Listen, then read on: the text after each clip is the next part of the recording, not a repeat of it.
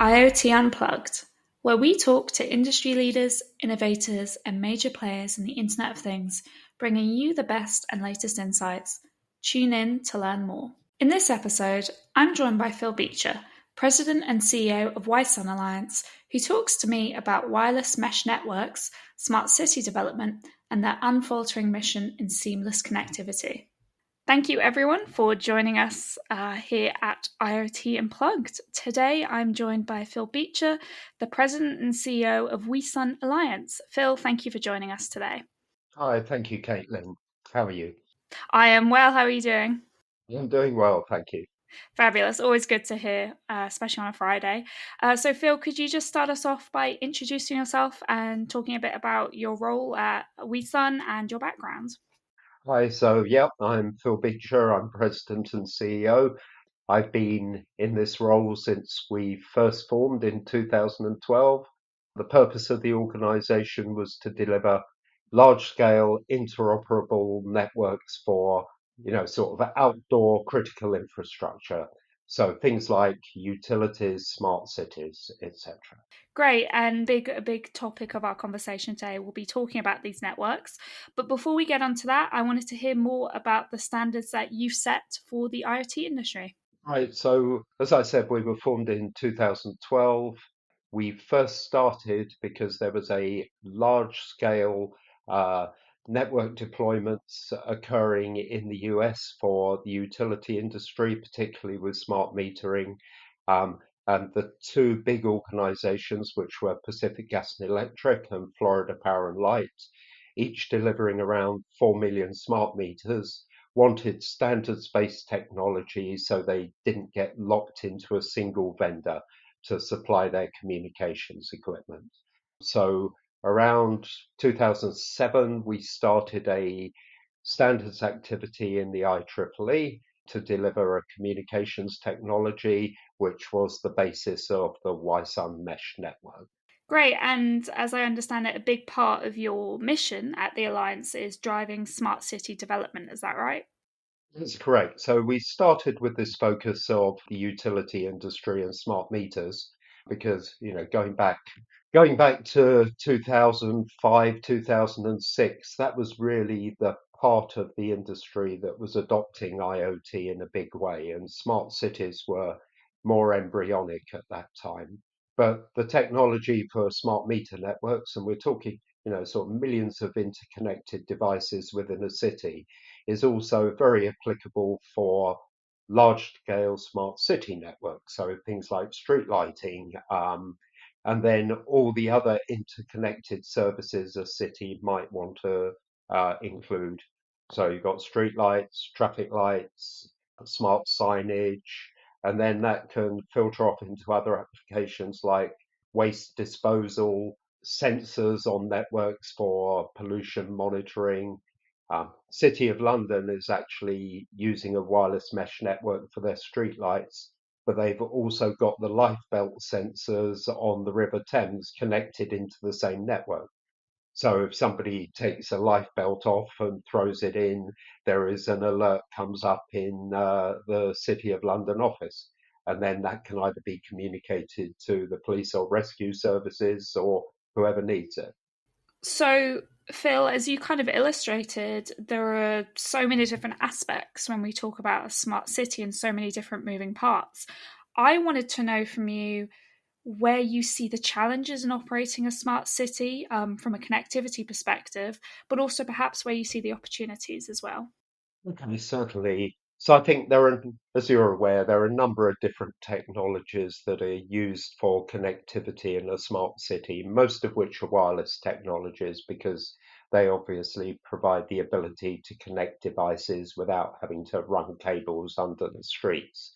I think in dense urban environments, there's quite often a problem with connectivity either from technologies like cellular or other LP-WAN technologies, where maybe devices are buried in, these urban canyons of glass and concrete and steel, or even in, again, the City of London, where you've got the very old lanes that are thick stonework. So again, wireless mesh technology works particularly well there because if you don't have a direct connection between every device and a base station, you can hop through other devices in the network. So that's where mesh comes into its own, really, I think. So that's one area. I think with cybersecurity is another very important area, particularly when you're looking at very large numbers of devices. So, we're talking millions of devices. If a device gets compromised, uh, how can you quickly, or how can the city council know that it's been compromised? How can they isolate it from the network? And how can they deal with the lifetime of devices in this environment? So I think those are some of the major challenges here. And could you talk about perhaps where you see the opportunities? I mean, earlier you said conversations around smart cities have been going on for quite some time, for many years. Yep. So I think there are many different applications that people have identified, and I picked a couple of them. So utility networks, smart metering, for example, but also doing things like leak detection, so water and gas leak detection. Part of the So you've got these opportunities, but part of the problem is the communications between different departments. So it's not just the technical wireless communications, it's where you have multiple departments in a city that maybe aren't used to working with each other. And I know when City of London deployed their streetlight networks, the guy that was in charge of that in the highways department worked very closely within the city to bring different departments together so they could make full use of the network that was getting deployed. So that's very important, I think. Also, bringing together those different departments. So the IT department is going to want to manage the cybersecurity and all the data collection.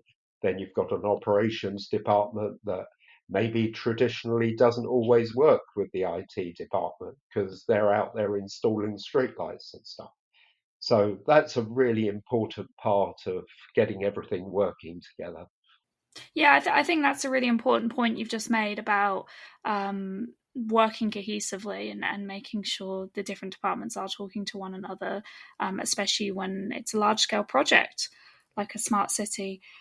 So, moving on to the main topic of conversation about these mesh networks, could you just provide a brief summary of how they work and operate? Yeah, I guess so. So typically in something like a cellular network, you have a cell phone tower and all the handsets or whatever communicate into that tower, and they require a line of sight or close to line of sight connection. And if you move out of range or walk down an alleyway and you lose signal, then it's a nuisance, but you can normally walk a few paces away and get a signal back. Obviously, with IoT, where you've got static devices that are installed, if they lose signal, then they can't move. So you need to have a way of retaining that connectivity. So with a mesh network, devices pick their best route to get onto that backhaul network. So the connection that is either fiber or Wi-Fi or whatever. And typically, if they have a line of sight connection to that ingress point, that point where you go from the wireless mesh onto the fiber, then they'll talk directly. But if not, then they can talk through one of their neighboring devices. So if you think of a street lighting installation, you have multiple street lights that are maybe 10, 20 meters apart. If a street light is trying to communicate to the backhaul network and it can't get a direct connection, it can talk to its neighbor, which is the next street light along, and then the message can jump along through different street lights. So that works very well. It extends the range of the network. It means that you have less interference between devices. So if you think you've got millions of parking meters or hundreds of thousands of parking meters across London, then if all of them are trying to communicate at the same sort of time, they interfere. Whereas if they're sending fairly quiet messages to their nearest street light, then they can all communicate with their nearest street light at any particular time and the messages get through. So it just helps to ensure everything continues to operate smoothly and there's no interruptions or interferences, as you put it. Exactly. Yeah. And, sometimes devices go faulty.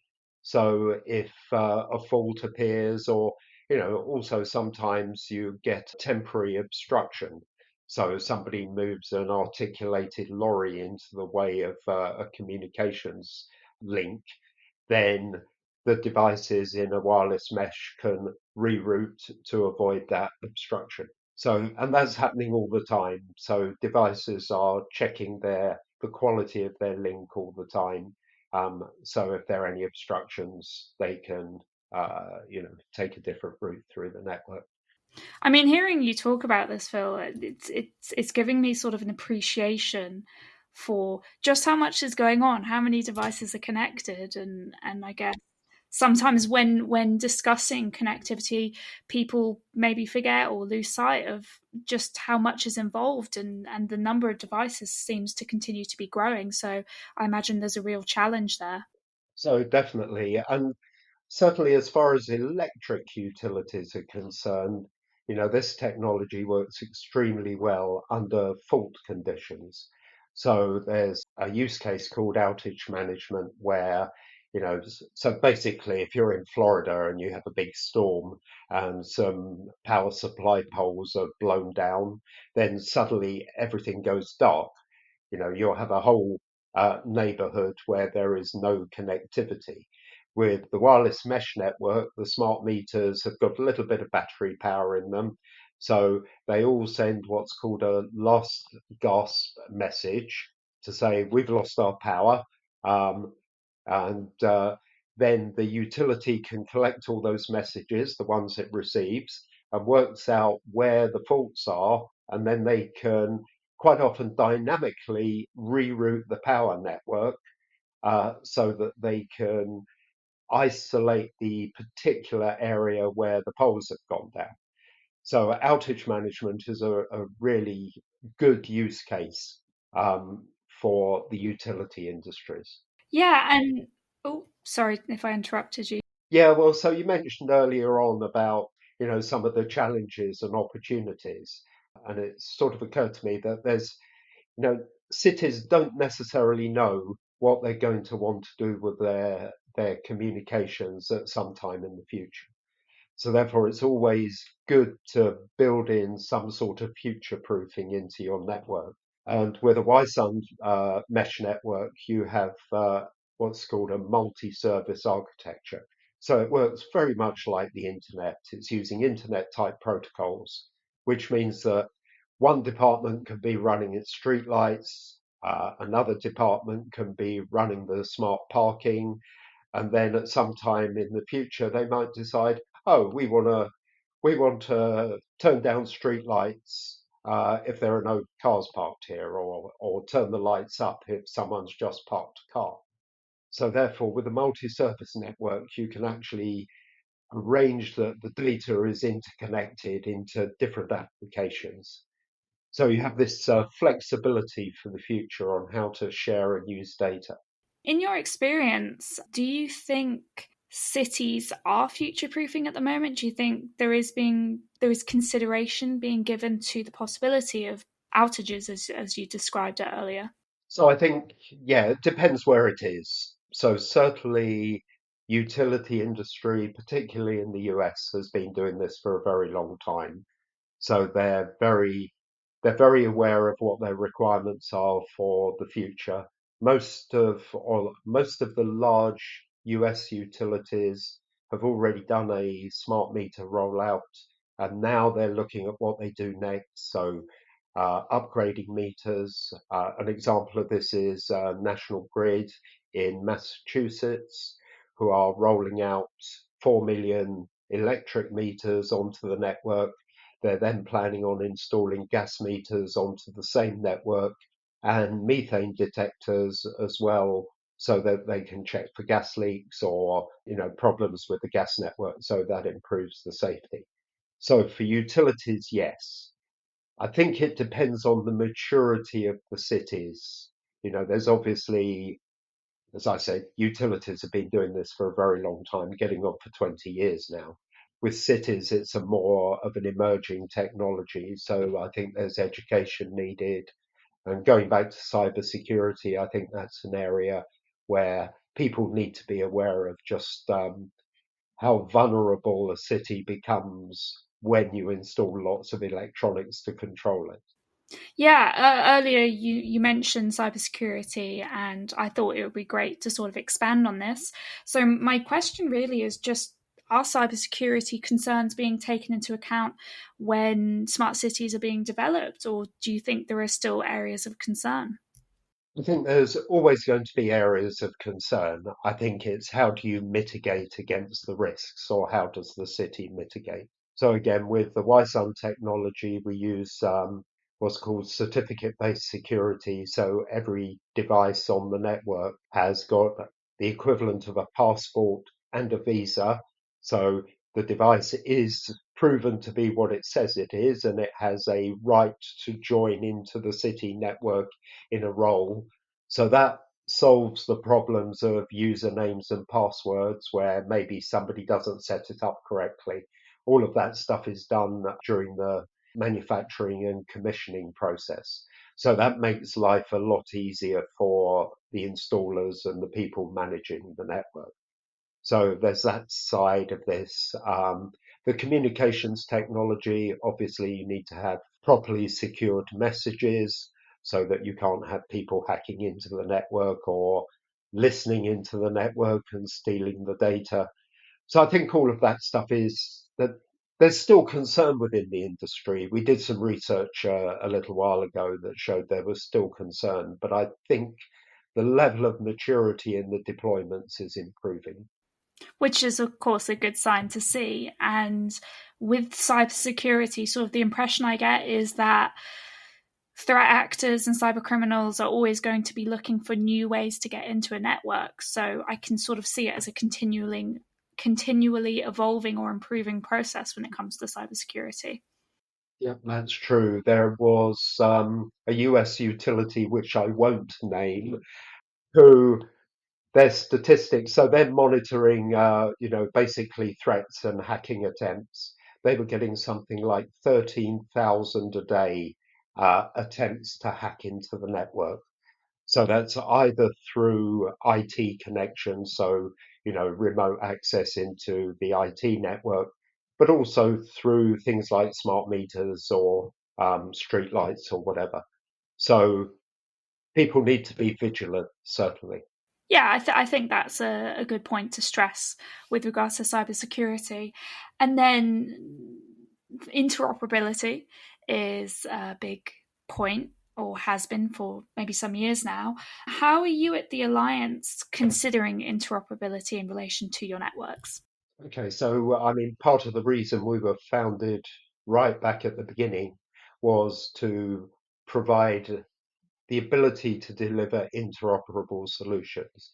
First, in terms of the silicon, so the radio chips, you need to be able to, or product vendors need to be able to have a continuity of supply, be able to buy radios from multiple manufacturers.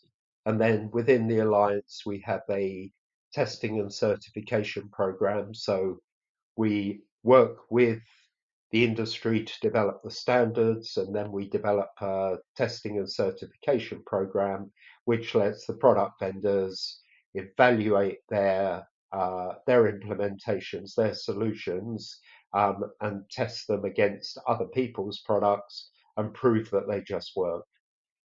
And if we look at sort of other good examples in the industry, Wi-Fi Alliance is probably one of the best.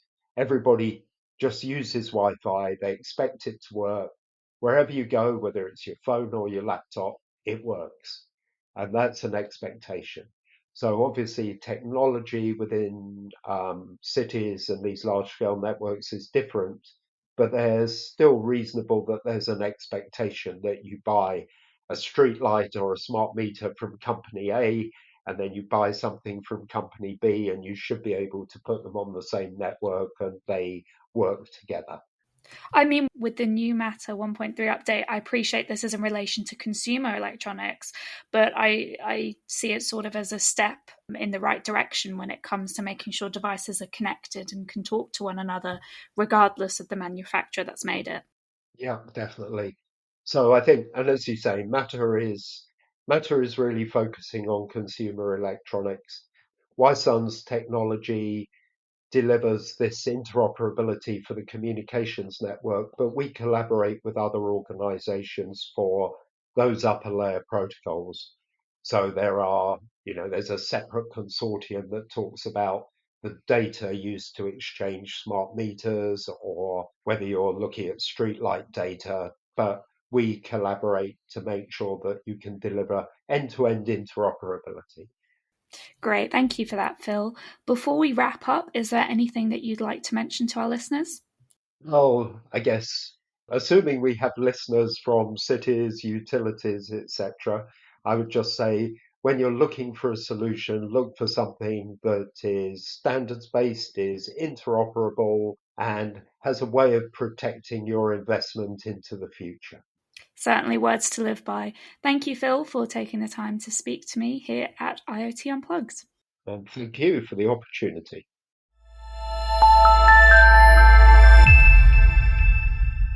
IoT Unplugged,